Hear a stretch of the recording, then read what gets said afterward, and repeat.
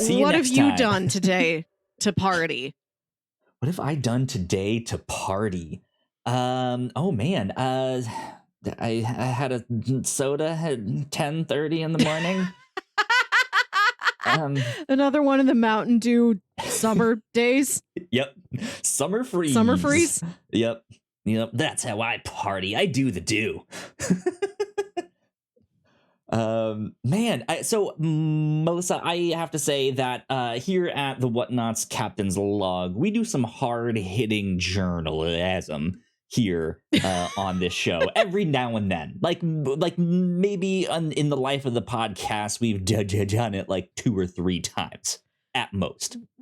Give me the examples. What have been our strongest journalistic efforts to date?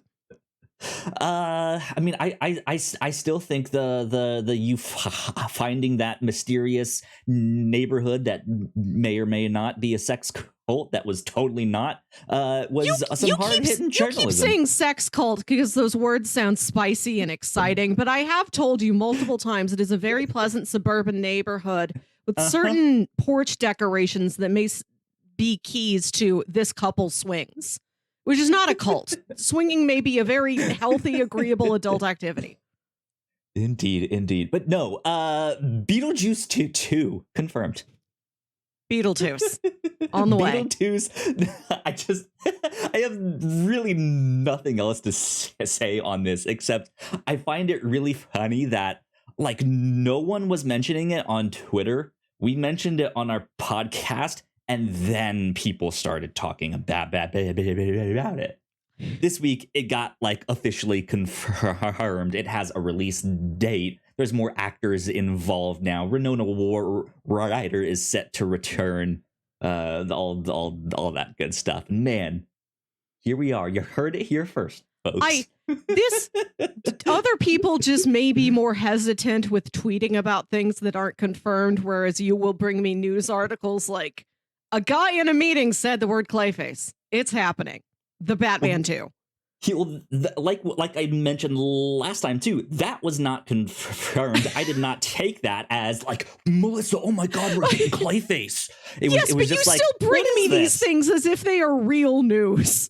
I brought it because I thought it was ridiculous. I was like, this is like, what? Okay. And then Beetlejuice 2 was not yet confirmed, but they were like, hey, we are trying to work on this. And I thought that was interesting. It is interesting. Bringing these things to be like, it's fact. It's news. I think you and I just have different styles where you will get very interested in a fragment of something, a possibility of something. And I'm like, it's fun to give speculate. me more information. Right. Like I need 10 individual details before you want me to have any possible take on this. But yeah, Beetlejuice confirmed. Good to know. Speaking of all, let's jump straight into more TV news. Good Omens season 2 finally has a release date. Melissa, how you feeling about that? I feel very positive. Have you yet to this day watched Good Omens? Nope. I know nothing about the book, so I told you. You've explained it. I attempted. We have a whole podcast of you explaining it to me. And even on one of our more recent review shows, you explained it again. And I still just like, I have no idea what that show is. It was one of my favorite books in high school. I really loved the Amazon Prime adaptation from summer 2019. We did a weird one-off reactor core where you didn't have access to Prime at the time. So even if I made you couldn't watch it. You weren't spending a whole free subscription trial on that. So I tried to just tell you everything that it was, and you nodded and politely asked questions. Yeah. We tried that on the reactor core to be like, how about not so successful. Watch something? And yeah, it didn't work out, but I feel like if we do it again, we got to come prepared with full PowerPoint presentations. Make absolute use of YouTube as a visual medium, not a podcast. Yeah. I'm going to point a little pointer at pictures like, this is a Xerofail, Kyle. This is Crowley. Remember them. they probably have some like a better website or technology to do this now. But remember that one website that was like the new version of PowerPoint where you could like zoom in on things so far that the next thing was already in there and you didn't even know? I don't remember what that was called. Prezi or something. Yes, that was it. Prezi. That was it.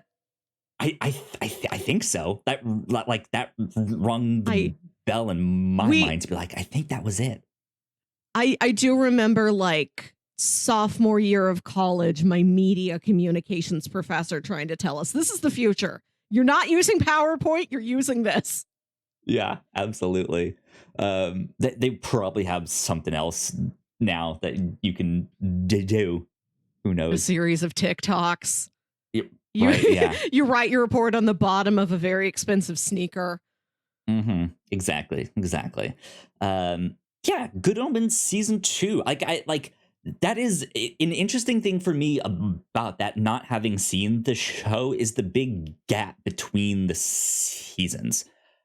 Well, do you remember any of the context of the show that I told you? The show is based off of a novel that Terry Pratchett and Neil Gaiman wrote in the 90s, I think. Yeah. And then this adaptation, the season 1 adaptation, was written by Neil Gaiman after Terry Pratchett's death. Him adapting the book that they wrote together. It is beginning to end the book, maybe with just like a couple little bits added or removed. So I think it was, maybe something where he was really starting from scratch to like come up with a season 2 out of things that maybe him and Terry Pratchett thought about, but never officially put pen to page about it. Yeah. So that might be part. Everything is going to have a delay. Like media scholars will look back on this time and there's just like a weird hole between like 2020 and like 2023 and a bunch of different like franchises and series and things. But I did hear words some year. My question then is, was it always planned to have a season 2, or did you at one part think like, oh, it's just a limited series? It seemed like a limited series at first. I think a couple years ago I did hear about a season 2, but I didn't know like how concrete is that. I'm going to wait and really have any feelings about it until I have more, really show me this thing put into action. And then last year I was listening to an interview with Michael Sheen on a Twilight podcast, because Michael Sheen played the villain in the Twilight movies. You learn something new every day, folks. God, you would be very surprised. This might be one of the trivia questions at the Captain's Log Trivia Challenge this year, is actors who showed up in the Twilight franchise. You won't believe it. I would fail every single one. This is going to be one question. I mean, I already typically lose at our trivia nights, but yeah, that's true. I would lose even more spectacularly. Just be like, man, Kyle, you're terrible at this. But he mentioned, yes, they had finished filming season 2, and it was like such a jump from me hearing, yes, season 2, like a handful of years ago, that I'm like wow, it is real. There you go. Interesting. Yeah, I posted that in one of the Discords that I'm in, and that was people's reaction was like, I thought that was a limited series. I didn't even know they were making a season 2. And it's just like, here you go. Here's a release date. You can remove a limit at any time. Oh, sure. Yeah. Yeah. But yeah, that has to be exciting. It is very exciting for me. You've got the ability to watch it yourself now if you want. Yes. Yeah, absolutely. I mean, I'm in a weird, what my partner calls a show hole, which I always giggle at. Yeah, baby. Yeah. And I'm all right. So what's happening is I'm not watching any new shows at the moment. Like I have my big list of like, here's all the things that I need to catch up on. Still haven't watched Perry Mason's season 2. Right. but there's a new video game that's about to be out later this week. The new Legend of Zelda: Tears of the Kingdom, and so I know like my attention will all be on that, and so I like didn't want to start really much that was new or like that I knew would take a long time because I would just stop and go play the game instead. But I did end up watching a few things. We'll get to those in a bit here, but it's like we're in a weird show hole because now we're kind of coming out of the pandemic, kind of. I know, I think they also like recently like officially was like it's kind of over, but long-term stuff is we haven't even really started looking at that yet. But then also the writer's strike that I mentioned and got started this past week. Now we are starting to get news of like, hey, production on this show is now shutting down. Production on that show is now shutting down. So we're kind of gonna be in another show hole in like a year from now. I'm not sure what the pipeline is there, but yeah. Are you somebody who does frequently watch many new shows when the shows aren't new? Yes and no. If it is something I'm interested in, yes.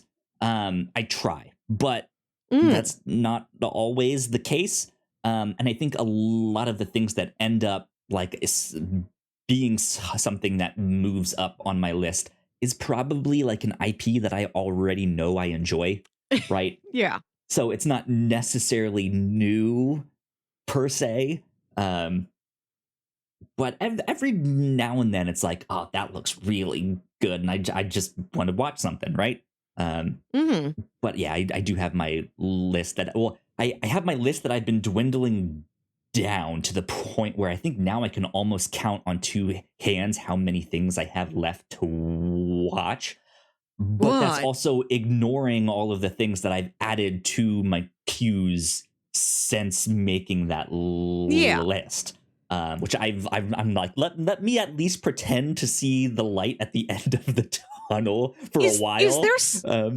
Is there supposed to be a light at the end of the tunnel? I don't think I want to know what that feeling is. I have watched all the TV I've ever been interested in watching. Well, and now I just spin my wheels and watch old episodes again until a new TV show arrives. No, I don't think the light at the end of the tunnel is I have watched all TV I will ever be interested in my life. Like, I'm done. I have completed TV. It is done. No, it like, to me, it is just getting to be like, it's in a more manageable position where, there might be a couple shows that I've been keeping up with that are now on season, what have you, and I get to watch it when it comes out. And I don't have to be like, all right, I'm going to put that in the queue, which means I'm probably going to get to it later this year. Like right now, I'm going through all my Netflix stuff, but all the stuff on HBO Max is just kind of sitting there. So sorry, Perry Mason, but you're just sitting there, right? Whereas the like Korean drama Sisyphus, which is available on Netflix, might come first. Right? Okay. So, yeah, has there ever been manageable? Has there ever been consequences if you didn't get to a TV show fast enough? Have there been actual repercussions? I have been put in timeout a few times. Your mother called you and scolded you. How have we watched this show and you haven't? Right? We met Kanye before you did, right? Nothing like of actual note, right? There's no like, man, Kyle, you're a terrible person. Why have you not watched this? It is just like, maybe I've missed out on the conversation online. And I like being a part of that for some of the things that I like. I have yet to watch the Harley Quinn cartoon. which I hear incredible things about. There's some actors in there that I like. From like all the bits that I've seen, it looks fantastic. I've just not gotten to it yet. And so I feel like I've like missed out on the conversation around that show. I think it's still ongoing. I think they're working on season 4, but it is over there on HBO Max. So I don't really know exactly where that is. I don't remember hearing that one in particular was called. No. Yeah, we're close to the maxing. Yeah. So I mean, there is stuff like that it's just like I wasn't involved in the conversation around it. But that's okay. Like I don't like there's at the end of the day, like that's not such a bad thing. Okay. I'm not an online person. I don't have like tweet threads or discords to keep up with that are talking about the latest show. But I also live with far more fear of judgment than you do. Like I worry often if somebody's like, you haven't seen Breaking Bad yet, that they will go home and think very carefully to themselves. Like, I really think that reflects negatively on her that she hasn't watched Breaking Bad yet. And that will decrease my respect for Melissa.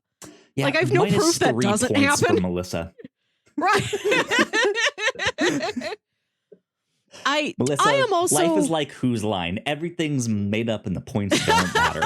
Right?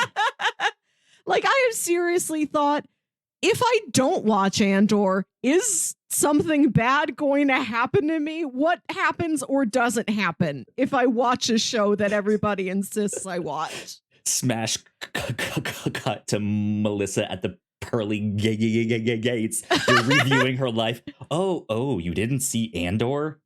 Oh, sorry. The bad place. There you go. Right? God, that's funny. Like every once in a while, like that's something that my parents have realized that they can like communicate with me about. Like, oh, what's the like next Marvel thing that we should be aware of, or like what's the like is there any good movies out that we should be aware of? So I can tell them like, oh, go see this, or this was fun, you guys might like that, or my mom might like that one, but dad, you're gonna be bored out of your mind, right? So like I can talk with them on that level for certain things, but I called my parents this weekend. I call them once a week on the weekends just to see how they are and catch up and stuff like that. And my dad said the darndest thing. He said, hey, Kyle, so you know how dad jokes are all the rage in like recent years? And I was just like, Dad, you know they've been the thing for like the past decade? No, I take that back. Dad, you realize you've been making dad jokes since you got me, right? Yeah. My dad just found out that dad jokes are a thing. They've always been a thing. I think they've become a topic of real conversation in the last handful of years. I'm not an online person, but I am on dating apps because I don't want to die alone. And that seems to be most guys' brand. Most guys believe there are two forms of humor. The Office, sarcasm, and dad jokes, and like no other thing. Those are the only forms of humor that they know how to express in any way. Yeah.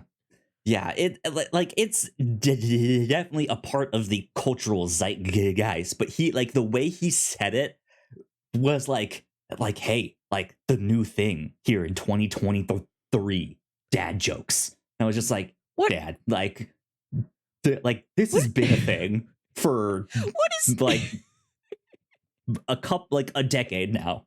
What does he think is happening? Does he think he's gonna walk into his local neighborhood bar and grill, make a dad joke, and then everybody turns around and claps? They lift him on his shoulders. He gets his Scott, Scott, picture on Scott. the wall of the thing, right? Local dad joke expert.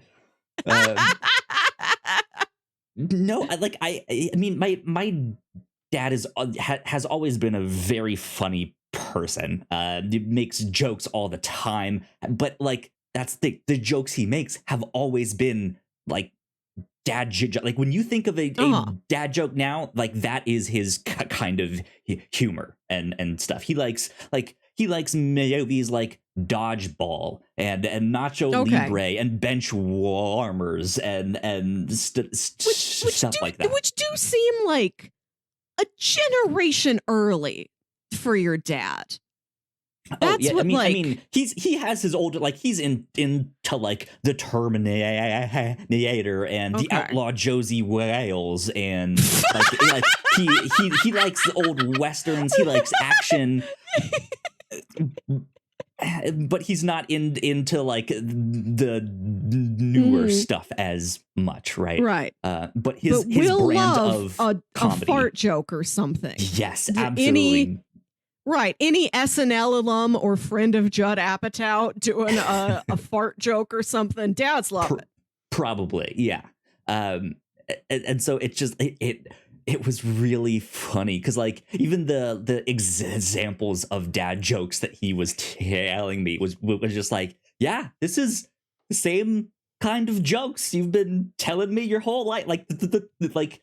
It might be a new joke to you in the sense that you have never said this specific joke, but it is the same. Like it's a pun.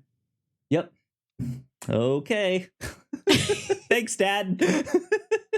Kyle, can I tell you that my parents continue to watch America's Funniest Home Videos every week? There you go. Classic Americana. Right. And it's not less funny. I mean, America never stopped being funny. We still make funny home videos. Like, it's not really any different than it was back in the Bob Saget days. They just now put like little emoji stickers up on the screen sometimes. Yeah, I'll watch it with them. Like, it works as well as it ever did. You know, you don't laugh at some of them, but every once in a while, there's an America's Funniest Home Video that really hits. So I also happened to watch a recent episode of America's Funniest Home Videos when we were at my partner's grandma's house. Good for the whole family. Yeah, it just happened to come on TV, so we sat there watching it. And the thing that struck me with that show that I was not expecting is that even though it was a newer episode, I don't know exactly if this was like, hey, new this week, or if it was a rerun. Because all of the videos still seem to be like this was filmed on a camcorder, all that. But it was very obviously like, okay, this is one of the newer ones. It's what's his name? Alfonso Ribeiro. Yeah, it's him hosting. They have like modern like cell phone videos, modern like Ring doorbell videos, but there are older ones. And like if it's one of the ones that's like the semi-finalist, he'll do the little interview with the family. And sometimes it will be an old home video they sat on for years. And eventually they're like, America's got to see it. America needs to know right now. Along with Beetlejuice, it's confirmed. Yeah, I just thought like in that one it was interesting because like cell phone video and stuff is is so prevalent that I'm kind of surprised that it hasn't pivoted to social media as much as like it is TikTok. Like America's Funniest Home Videos is now just TikTok. What if you went to TikTok and there was a host? There's just a man in a suit there who has to present the different videos to you. And the best video at the end of the hour wins $25,000. You can live stream on TikTok. I'm surprised they haven't done that, and their whole show is just on TikTok now. But I think it's for like this feels so old, but it's not. It's for like grandparents and the little grandkids. it is a truly wholesome experience watching America's Funniest Home Videos. I do enjoy it. I'm happy when I'm able to catch it over there. Yeah. I want to go through the history and see, like, year by year, what was the funniest home video. Good God, that would be an interesting, like YouTube video essay to see how America has viewed comedy over the or just like how physical comedy has changed over the years. That'd be interesting. Right, because like nobody's trying to do physical comedy. Maybe one person is enacting a prank, but it is how the other person reacts to the prank. It's how they behave when they fall through a deck or something. There is the like candid stuff for the like smile you're on candid camera years to like, okay, now we've gotten up to the like, am I on Punked? Right, it's the Ashton Kutcher years, right? Where they've done that, which I don't know how far you are in Spectacular Spider-Man. We're watching that cartoon. There's multiple references in that show to Punked, and that is their touchstone. Like, am I on Punked right now? Like, what's happening? The show is from 2008. This is an interesting topic. Like, has there been any change in the tone of the average America's Funniest Home Video? Not like the presentation of the show, the individual home videos themselves, where you can see like this is definitely post the rise of Will Ferrell or something. Like, is the content different? Yeah. Is the way people scream different? It's like is the way you hit your dad in the nuts with a baseball bat? Is this different now? Is it different now that we have Pete Davidson or whatever? How does the America's Funniest Home Video evolve in response to changing trends? Yeah, that'd be interesting. That stuff like that has to be out there, of like analyzing America's Funniest Home Videos. I'm gonna go on EBSCO host and type in America's Funniest Home Videos. I want to see what they have on JSTOR. Good stuff. Before we do our housekeeping break and stuff, I at least wanted to give a quick shout out to something I've been watching. I got to watch Star Wars Visions Season 2. They put out Season 2 on May 4th. May the 4th be with you. If you guys are unaware, I think Star Wars Visions is one of the cooler things that Star Wars is doing right now, but is kind of flying under the radar because it's not in canon. It's not like, here's the next big Star Wars thing, right? It's a bunch of little animated shorts. It's an anthology series, but they get different studios from around the world to do these little shorts that are inspired by Star Wars or some interpretation, or like, wouldn't it be cool if, or like, oh my God, this would never happen in Star Wars, but what if, right? Like, here's this thing. And season 2 was really, really good. The first couple shorts that they did, like, really had some strong emotional weight to them. The final one in season 2 had an incredible art style with this. I don't want to say, I don't think it was stop motion. I think it was CGI, but it was this like almost puppet. Look at like the textures on the characters looked like they were puppets, so they could have been. Ooh. I don't know, but just it looked incredible. And season 2 also had a short from the studio that is famous for making Wallace and Gromit. And they have one animation. In there. What? Yeah. I was under the impression that Star Wars Visions was entirely Japanese anime studios. And no, maybe not at all. It's that like, was just what people led with when they told me about it. I didn't know we were going to get an Aardman in here. oh yeah, no. There's studios from all over the world. There's American studios. There's Hispanic, like Mexican studios. Nice. There's European. It's just all sorts of different storytelling styles, techniques, all sorts of animation styles. No, it's not just anime. It's there Okay. is some anime stuff in there in season 1. God, I'm blanking on the studio's name. We covered on the review show Premiere. Was that Madhouse? It's not Madhouse. I don't remember off the top of my head. Meanwhile, Sam is yelling at us, "It's this studio!" But yes, they had one in season 2. In season 1, excuse me. But yes, yeah, there's all sorts of stuff. It's interesting to check out for sure. Okay, definitely recommend it. It's good. Go ahead. No, I'm just saying, like, now you have my interest. Now that you have mentioned the Aardman Animation, the studio that made Wallace and Gromit. Yeah.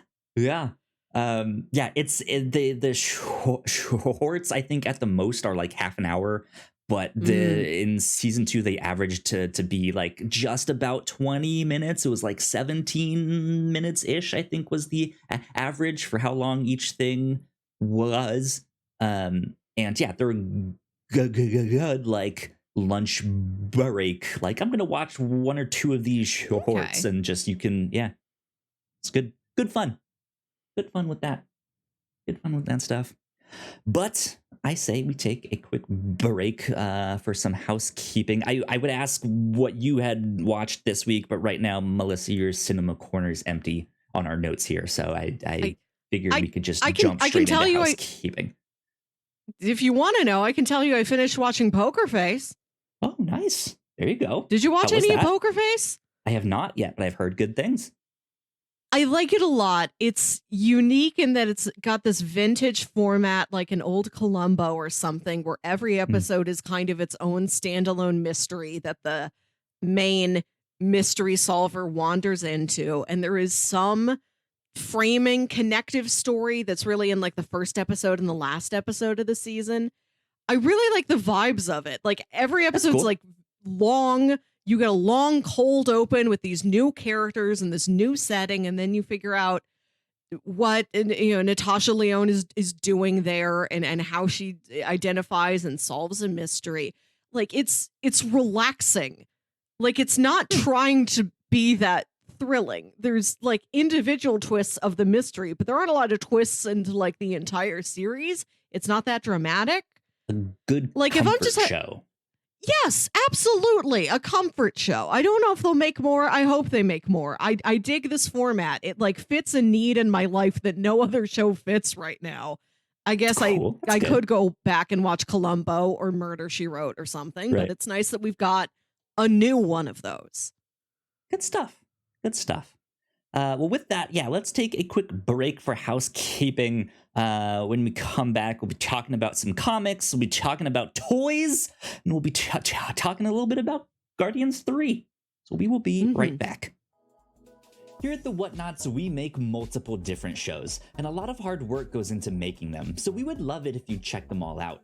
If you enjoy our shows, patreon.com/thewhatnauts is the best place to show your support.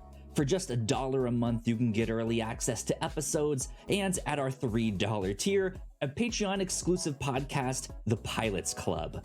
You can even get a shout-out and thank you on most of our shows at the $5 tier. And if you're one of our patrons already, thank you so much. It means the world to us. You can find out more information on our website, thewhatnauts.com, as well as your favorite podcasting platform of choice. When you type in The Whatnauts, all of our shows will pop up right there. Just don't forget to give us a nice rating and review if you like the shows. You can also find us on YouTube and Twitch for video versions of the shows, trailer reactions, and live streams. And lastly, we have merch. If you want to grab yourself a shirt or a hoodie or a mug or something else, head over to thewhatnauts.com/store to pick up some merch today. All right, we are back. Once again, a big shout out to our Patreon supporters. We love you a lot. We appreciate you. Thank you. Thank you. Yeah. Right here on the Captain's Log, last week, we talked about the Obsidian League showdown, my Duolingo update, and what happened with my arch enemy, and all of that good stuff. It was kind of wild. I am now in the Diamond Tournament. I Wow. say it's a 3-week long tournament. I'm like done competing. I'm all Duolingo leagued out. But I'm still Duolingoing. So Do you yet have the ability to tell me a single word in Korean that you've learned? yes and no. You put me on the spot, so now my mind is like let's see, potato is kamja. Komcha? All right, Yeah. thank you. Yeah, there you go. Potato's a good word to learn. Yeah. I at least I hope I'm right. Well, watch me be completely wrong on that, and I just like said the wrong thing and don't even know. But yeah, so that's what we did last week here on the Captain's Log. Over on the review show, we recently got to start up our end of the month specials on The Good Place. We will be covering each season of The Good Place at the end of the next couple months. At the end of this month here, we'll be on season 2. We did, however, take the week off for the review show this week. So coming up, we will be talking about the Spectacular Spider-Man cartoon, which I mentioned a little bit earlier in the show, all 26 episodes of that. Over on the Reactor Core, Melissa, you and I finally got to jump back into some of the Yellow Jackets, as that show also took a week off. And so we got to talk about episode 5 and 6 and some of the crazy things that happened in those episodes that we were not expecting. There was a lot of progression. Yes. And then we also have a big spoiler cast up for Guardians of the Galaxy Volume 3. If you want to hear our full thoughts on that, it is up. You can go listen to it. I think we had a great conversation on that. And last but not least, for the Patreon supporters over on the Pilots Club, we are talking about Moon Girl and Devil Dinosaur. We watched the pilot of that show and got to have a conversation about that. So yeah, go check it out. I love that show. It's a good one. It's fun. There you go. Cool. So that is housekeeping. Should we do our candle segment first, since I just mentioned Guardians of the Galaxy 3? All right, let me hit the button then. Relax. Yankee Goes to Hollywood. Here we go. Melissa. Yes. What does the Guardians of the Galaxy Volume 3 smell like if it was a candle? Oh, I thought about the scents of Missouri, Peter Quill's home state. And if you had to put a little Missouri scent in there, I don't know. I don't know what its specific scent is, but the flowering dogwood, our state tree. I thought about that. Go. Sure. Yeah. That's a good one. I have a real oddly specific one. There is a scene. I won't say what it is exactly because I don't want to spoil it. But for some reason, it smells like egg yolks to me. Okay, I understand. Just, like when you crack an egg and like you stir up the egg yolk and it's that like yellow liquid, like the smell of that, or like we know what an egg yolk is, right? Yeah, just that's what it would smell like. Thank you for being here to remind us that red and blue make purple, and that when you crack open an egg, there's yellow liquid inside. Just doing my duty as a podcaster, Melissa. I would say that the candle might smell like peanut butter breakfast cereal, which is unique. Yeah. I don't think I've ever gotten a peanut butter scented candle before. Interesting. Yeah.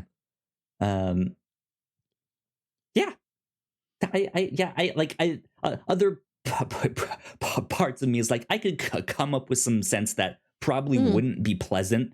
Smells like a petting zoo, right? right? Or Like, very it's just like, that's a distinct smell, but it's not a pleasant one, right? or like really abstract sense, like 1980s living room.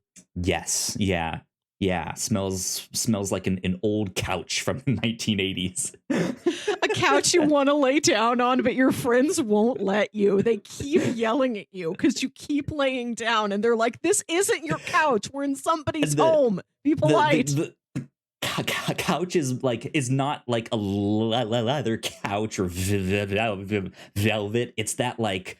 I don't even know what material it is, but it's orange some sort and of green polyester and it's plaid. weave. Yeah. Right. Yeah. Yeah. That's what it smells like. So yeah, that is our topic, our bit on Guardians 3. I thought it was fantastic. Go check it out. My parents were supposed to go see it last weekend, but never got around to it.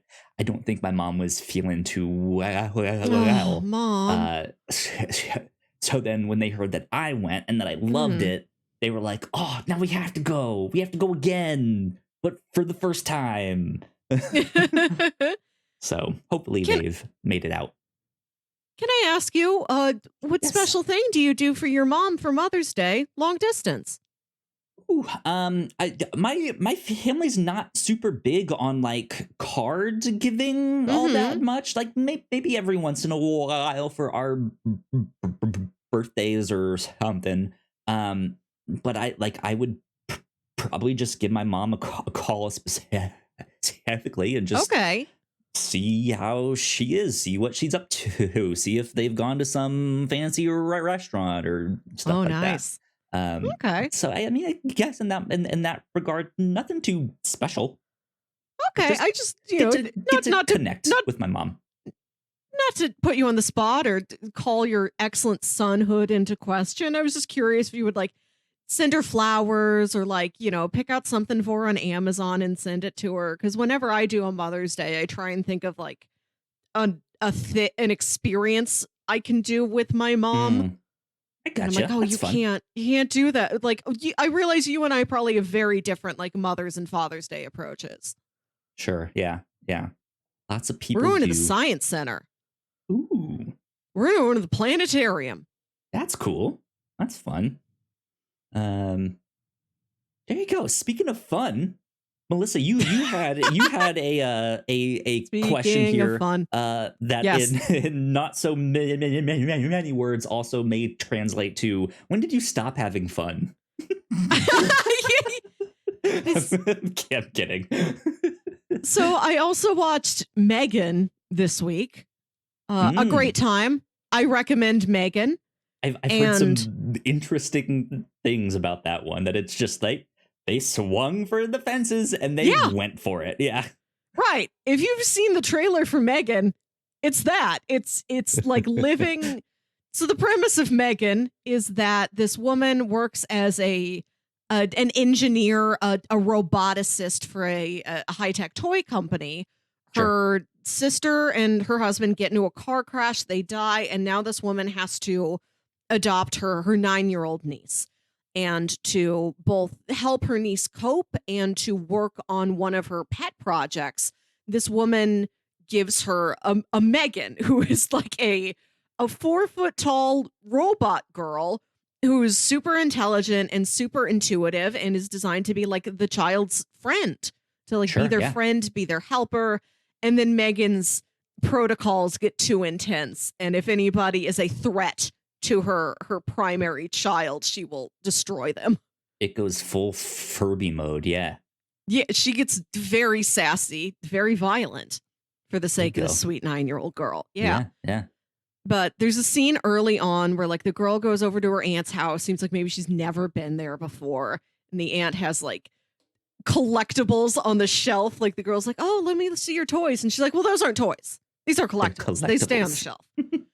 And at one point, like a social worker comes over to see how the girl interacts with her aunt, with this like new household and family she's supposed to be in. and she notices that there's not really anything childlike in the home. The aunt isn't ready for this yet, and she's like, "Oh, I'm just here to monitor you guys for a little while. Just behave as normal. You guys could play with something.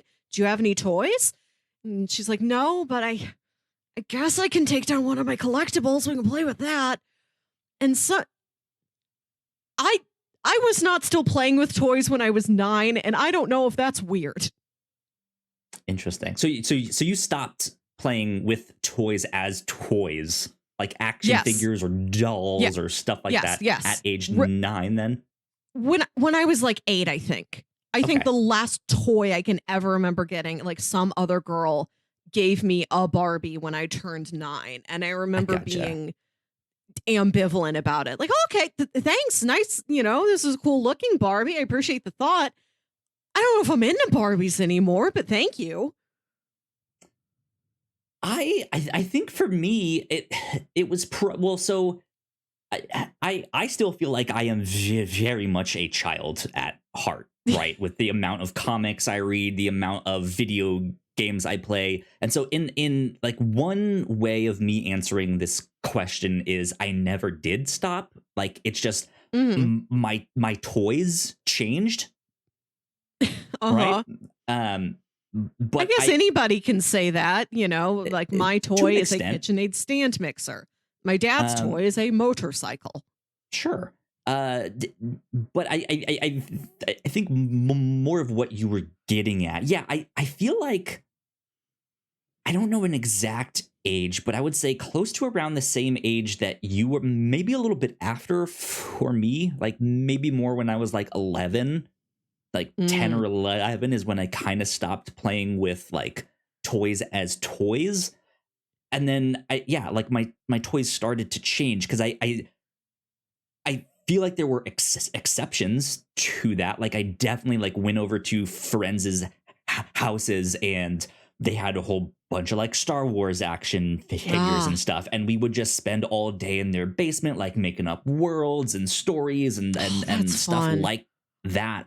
Or I at one point a good friend of mine and myself got really into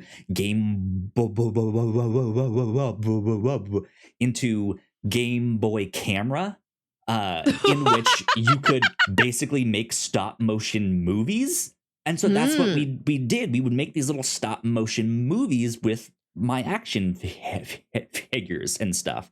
And I had a bunch of like Dragon Ball Z action figures that I usually never played with,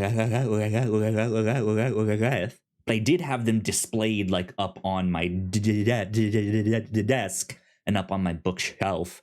And so they were mostly collectibles in that sense, but I didn't like treat them as collectibles of like, oh, it's still in the box, don't touch it, right? And I recognize that there is a middle ground between that stays in the box, never touch it, and I got my hands all over that Castle Grayskull. Look, it's got a little catapult. I play with it every week. It's Castle Grayskull Sunday.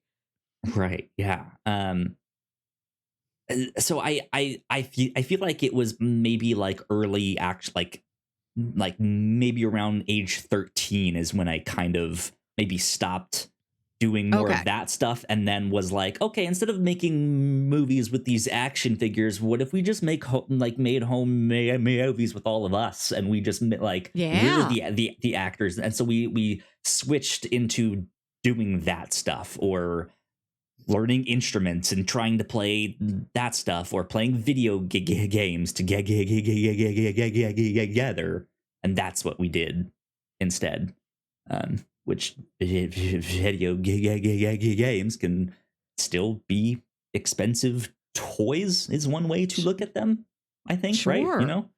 So it has been something I've been thinking about, and I think watching Megan really made me realize how I left behind toys and play at perhaps too early of an age.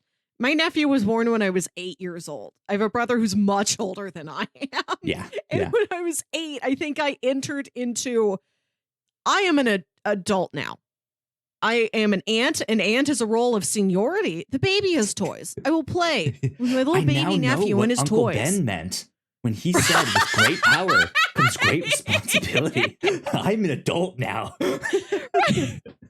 I think I like moved past it. I think back to a lot of things like, did I stop eating kids' meals too early in my life? Ooh. Did I go on to Big Macs too young? When was the last year you had a kids meal? Somewhere? And I'm not. I occasionally I will get them. Like I think if they have like a Pokemon toy I want, and I'm not very hungry, would I get a kids meal? Sure. I know I have gotten a Treat kids yourself. meal in like the last 10 years on a whim I have gotten a kids meal. But I think back to my childhood when you are regularly like, I am a kid, I get the kids meal. And I think also, around like 8 years old, I'm like, I'm hungry enough for the adult meal. And my parents let me do it. It's like, I could have a double cheeseburger. Yeah, take Right. that, Dad. No, I got the Big Mac. I was a 9-year-old chowing down on Big Macs, trying to There be you go. very adult. There you go. Interesting. I just wanted to check in on another human being and see what their childhood experience was. Like, how did I leave toys behind too young? I don't know what the barometer is. Like, very quickly I was like, I want books. Please buy me a movie. One time my parents got me stationery and I was really excited. There you go. I was that kid. Yeah, I think the big thing for me was like the stuff that I wanted to get from people or my parents was like, give me a new video game, so that'd be fun. And man, my parents will still comment on stuff like that today of like, man, it used to take us a whole year to beat a video game, and that's what we did. Like, you'd buy one of them. And that's what we did for that year. And now it's like, I buy a video game and then I emerge like 3 days after being like, all right, I just spent 40 hours playing that game and I beat it. I'm done. Next. Right. I love the idea of a whole family committing themselves to working through a game over however much time it takes. Like, this, that's what we did. You sent out the family Christmas card and it's like, this year together, the Springers beat Myst. We solved every puzzle in Myst together as a family. God, it took us the whole summer. Yeah. So we did that with our N64, and the games. I mean, the games that we would play was Super Mario 64. I never personally beat that one, but like that took us so long, and I remember like looking up to some of my older cousins as they had gotten farther in the game, just being like, wow, you're so good at video games. Amazing. And my dad was also really into Star Wars Shadows of the Empire. And that was like the one we often go back to, of like, it took us a year to beat that game.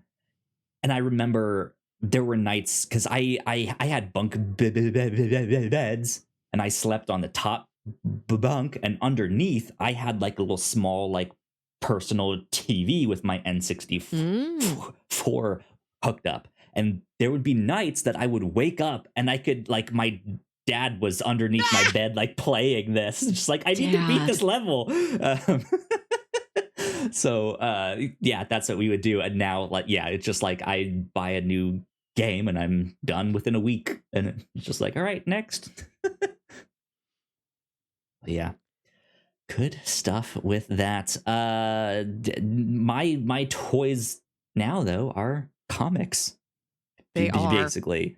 And Free Comic Book Day happened this past weekend. Did. So I just at least wanted to mention some of the stuff that I picked up. Did you make it out to go get that Star Trek one that had the Christopher Cantwell story in it? I think I was originally planning on it, but I was just so focused on Guardians of the Galaxy Volume 3.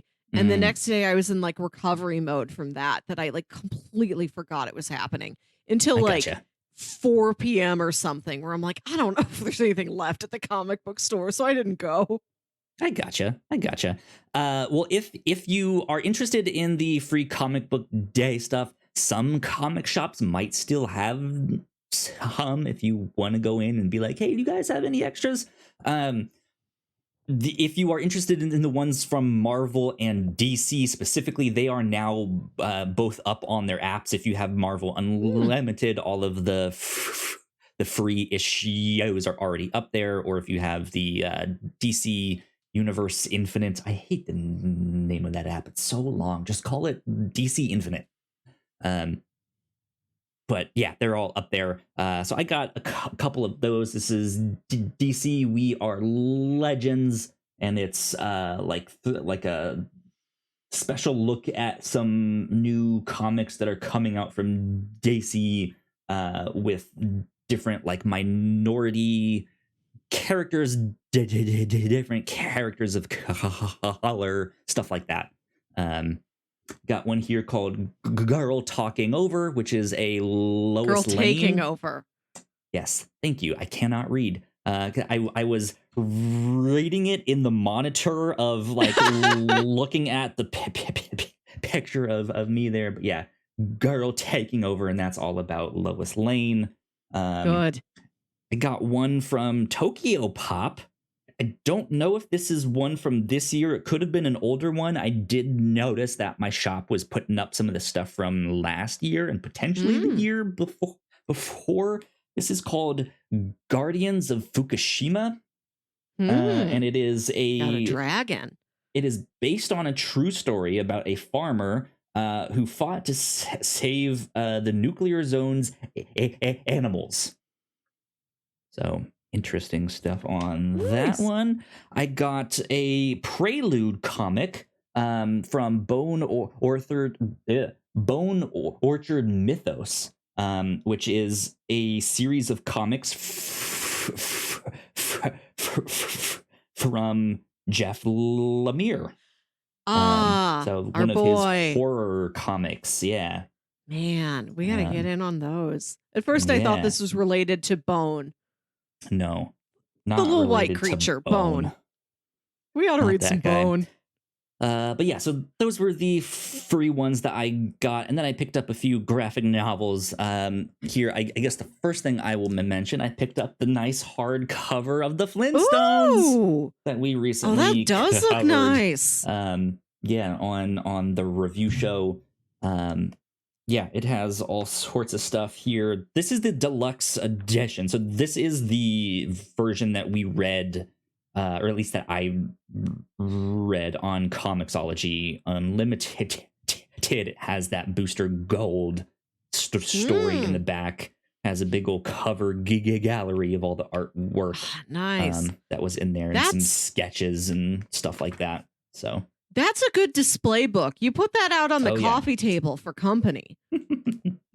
The Flintstones. Such a good book. Nice. Good stuff. And then I picked up the first volume of one that both Melissa, I know you've been interested in, Love Everlasting from Tom King and Elsa Chartier. There's a whole volume now. There is the first volume is out. I think issue 7 just recently came out. So I don't know how long they intend this to be. I think it was only like 10 or 12 issues, I think, but I don't know. But volume 1 here collects, I believe, the first 5. Yeah. So I picked that one up because I think this is an interesting one here. Joan Peterson discovers that she is trapped in an endless, terrifying cycle of romance. A problem to be solved, a man to marry, and every time she falls in love, she's torn from her world and thrust into another tear-soaked tale. Her bloody journey to freedom and revelation starts in this breathtaking, groundbreaking collected edition. So yeah, and I like Elsa Chartier's artwork. So. Seems like a good match for that comic. Yeah. I'm starting now to be in the position where every time I go to the comic book store, I'm buying books, and the stack of books that I've now bought are just stacking. Like, I haven't read them, and they're just stacking up, and now it's just like, oh no, I'm gonna be one of those people who has like a whole bookshelf of books that they haven't read that they own, but it's just like, oh yeah, I own that book, it's great, haven't read it. Heard good things. That's me now. Yeah. Mm. Good stuff. Last but not least, I wanted to bring on the podcast to whoever's listening to this, all like 3 of you, as well as Melissa, Viz Media, who publishes a bunch of manga.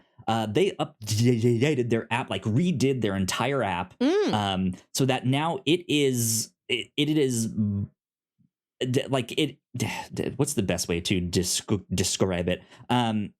They've like revamped it, so it's now kind of like a reader and a store at the same time. It's not just a store where you can read the ones you've already bought off of their website, but they've like completely redone their app here, which is neat. So I at least wanted to mention a few neat things about their app and why it might be worth checking out if you're at least slightly interested in manga. So you can download the app for free, and they have samples of almost all, if not all, of their titles for you to check out and read for free. Typically, it's the first 3 chapters of a manga, so you can just be like, "That's a good amount." Read the first. Yeah, let me read the first 3 chapters and see, do I like it? Do I want to keep do I want to keep going? And for series that are currently ongoing, they are going to be releasing the English day and date as the Japanese ones. But the most recent 3 are also free for you to read. So if you just want to like jump in on some manga and stick with it and just start from there, you can basically read it for free. However, if you want the like back catalog of all of this stuff, they have a subscription which is just $2. It's $1.99, and yeah, you can get the back catalog of almost all of Case Closed, which is incredible. They have all sorts of stuff. They have Nana. They have some Junji Ito. They have all sorts of stuff that's on there. But what's interesting about Case Closed is that the collected volumes of the English is 8 years behind of where it is in Japan. They now have that available digitally in the app for $2 a month. There's so many crimes that adult man trapped in a little boy's body has had to solve. Yep. And it's still ongoing is the thing. It's not done. We gotta find a sensible amount of Case Closed / Detective Conan to talk about. Like I've thought about a couple volumes of manga, like 26 or like fewer that, TV episodes. Yes. Yeah. Does he have a movie? Is there a good arc that we can follow or something? Like if we read volume 1 and then skip ahead to like volume 27 and then read volume 159, like is that gonna make a somewhat coherent story, right? I would like to get more Detective Conan on here because one of my favorites. He's good. You mention it like I just have a soft spot for just like 2 or 3 times a year consistently every year you've mentioned Detective Conan. Yeah. that would be on like the Whatnauts drinking game. Does Right. Kyle mention Case Closed or Detective Conan? We should Take make a like sip, right? secret lists for like stuff the other one constantly talks about. Oh, interesting. Like, at the end of the year retrospective, Kyle, you made the same joke 30 times, right?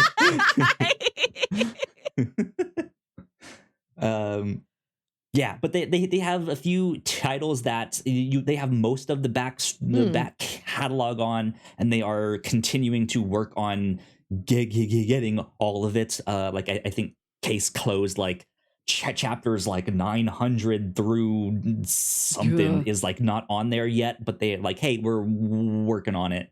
We're getting it on there. But yeah, you can download them to read offline if you're going on a trip. And if you like the manga, it seems like some of them are available for purchase in the app, which you can't do with Comixology, at least yet, which is neat. So I like that. Like if I read a little bit and I'm like, hey, I like this book, I want to support it, I can be like, let me just buy the book and have it in my library there.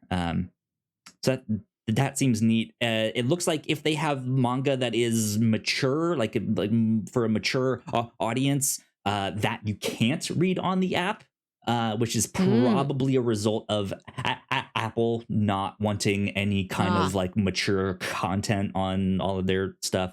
So if you go online and use the like actual website version, you can continue reading it there. Like for Nana, they only have a certain amount of it, and then they're like, hey, the rest of this is like rated mature. So you can go read that on our website instead. And then I guess the only thing that I've noticed so far is that reading it on my phone, if I like turn my phone into landscape mode, it switches to a 2-page layout, which I don't like, and I haven't figured out a way to change it. I don't think that setting is in there yet. But they like just launched this like a night ago as of us recording this. You already like, have this 2 whole days product ago. review. Yeah, I will say that neat. switching to a This is 2-page great. review while in landscape format does seem like it is very well suited for a tablet. Like maybe Yes. they're imagining this is being used on a tablet and not on a phone. Yeah. But if you're like me and you only have a phone, it's just like How big is your for, like, phone? 1 page. Is your I phone really have- big enough to read this stuff? Okay, it looks bigger than mine. Haven't it's what iPhone, I don't know, it's not the most recent one, but it's one of the big ones. So like it's a good size, but I still prefer to read in landscape and a single page on that, so I have to scroll through it. I don't know how you do this. I don't know how you ingest so many comics and that is the method through which you do it. Yeah, it's not ideal. I don't like it. I do have a laptop that like the screen can like go all the way one of those. around and A you foldy. can use it. Yeah, as a tablet thing. It has a touch screen and everything, but it's such an old laptop at this point. And it's like it's so thick when you like fold it over. It's thick, it's heavy. It's just like this is Like a holding hassle. up a whole textbook. It really is. It's a hassle, and it's just like I just want to have this in bed with me and be able to like hold it above my head and not worry that if I drop it, like I will break my nose or something, right? Like it's awful. Severe manga reading accident. Yeah. But then I'm also bougie, and I like refuse to get a generic tablet to read comics on. I want an iPad Pro. Like, I want the Okay. most overblown, expensive thing to just be a comics reader. I'll tell you, I bought some form of Amazon Fire tablet exclusively for reading comics for the review show, and I've been very satisfied with the experience. And like, Yeah. I don't know, that was like $200 or less if you had the right sale. Yeah, the issue is that I think there are certain apps, certain like comic reading apps that don't really work as well on them. Like if you get an Amazon tablet, like I don't think the Marvel Unlimited app works on there now, or it used to not. I'm not sure. But that was always an obstacle of like, well, I guess if I really want to read them the way that I want to, I need an Apple one. But those are so expensive that I've just not gotten one. So one day, but not now. Oh well. Mm-hmm. Anyways, I think I'm all podcasted out for the night. I think this is it. I think this is where we wrap things up this week here. Good stuff. So Melissa, where can people find you on the internet? You can find me on Twitter and Instagram at Wilkywit. That's WILKYWIT. And listen to my other podcast, Saturday Morning Obscurities. Perfect. You guys can find me at Yo Kyle Springer. And if you want to stay up to date with all of the stuff that we do here at the Whatnauts, we are at the Whatnauts on Twitter. So please go like, share, and subscribe. You guys know the deal with all of that. Of course, if you're watching this on YouTube, we got plenty more videos right over there for you to check out. This has been number 235 of the Whatnauts Captain's Log, which we never did our intro, but we will see you all next time. Bye. Bye.